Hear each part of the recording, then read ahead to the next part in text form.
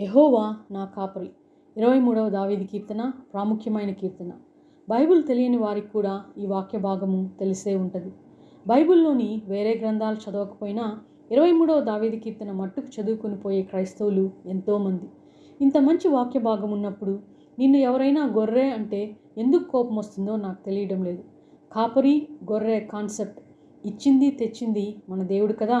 మంచిదో చెడ్డదో చూసుకోకుండా ముందు పోయే గొర్రెను ఫాలో అయ్యే క్యారెక్టర్ గొర్రెకు ఉంది కనుక, తప్పిపోయే స్వభావము 100% ఉంది కనుకనే ఆయన మనలను గొర్రెలని పిలిచాడు.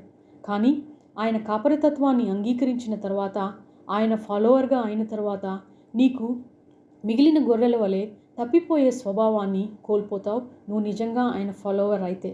ఆయన నీ కొరకు ప్రాణం ఇవ్వడము, మంచిగా పచ్చిక గల చోట్లను, నీరుండు చోటను తిప్పుతూ, అలాగే తొడేళ్ల నుంచి మనల్ని తప్పించడము, ఇవన్నీ ఆయన కాపరితత్వంలో ఒక భాగము.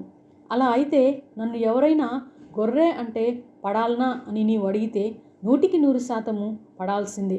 ఎందుకంటే ఆయనను వెంబడించడము మనముగా ఎంచుకున్న మార్గము కదా. కానీ ఈ మార్గము తెలివైనది, సరి అయినది అని మొట్టమొదట నీకు నీవు యాక్సెప్ట్ చేసుకొనగలగాలి.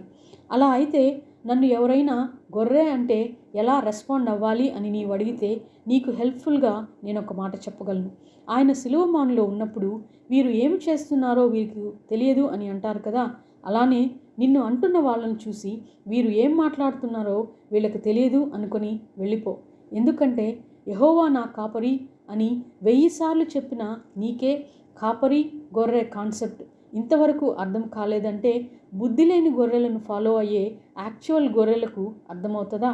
అలా అయితే వాళ్ళ సంగతి ఏంటి అని నీవు అడిగితే వాళ్ళ సంగతి దేవుని పని. వాళ్ళకు అర్థమయ్యే రోజు ఒకటి ఉంది. నీకు కూడా లేటుగానే అర్థమైంది కదా. అర్థము కాని వాళ్లకు, మాకు అర్థము వద్దు అనుకున్న వాళ్లకు ఏమవుతుందో అని చెప్పే వాక్య భాగాలు బైబిల్లో వేల సంఖ్యలో ఉన్నాయి. కాబట్టి గొర్రె ఫాలోవర్స్ను వదిలేసి జీసస్ ద ట్రూ షెపర్డ్ ఫాలోవర్గా ఆయన కాపరితత్వంలో ఉండేవానిలా, అంటే రేపు నిన్ను ఎవరైనా అడిగితే ధైర్యంగా అవును అయితే ఏంటి అని నీవు అనుకొని, వాళ్ళకంటే మనము చాలా స్టెప్స్ ముందున్నామని అనుకొని చెప్పగలిగే కాన్ఫిడెన్స్, మెచ్యూరిటీ మనలో ఉండాలని ఆత్మదేవుని యొక్క సారాంశం. ఈ రోజుల్లో మనల్ని హేళనగా గొర్రెలు అని మాట్లాడే వాళ్లకు ఆయన రెండవ రాకడ తర్వాత కాన్సెప్ట్ మారిపోతుంది కదా. అప్పుడు మనము సర్వోన్నతిని కుమారులు, కుమార్తెలుగా పిలువబడే గడియ గొప్ప గడియ. ఆ గడియ మహిమ కలిగినది. ఆ సంతోషము వర్ణనాతీతము. ఆత్మదేవుడు చెప్పుచున్న మాట చెవిగలిగిన వాడు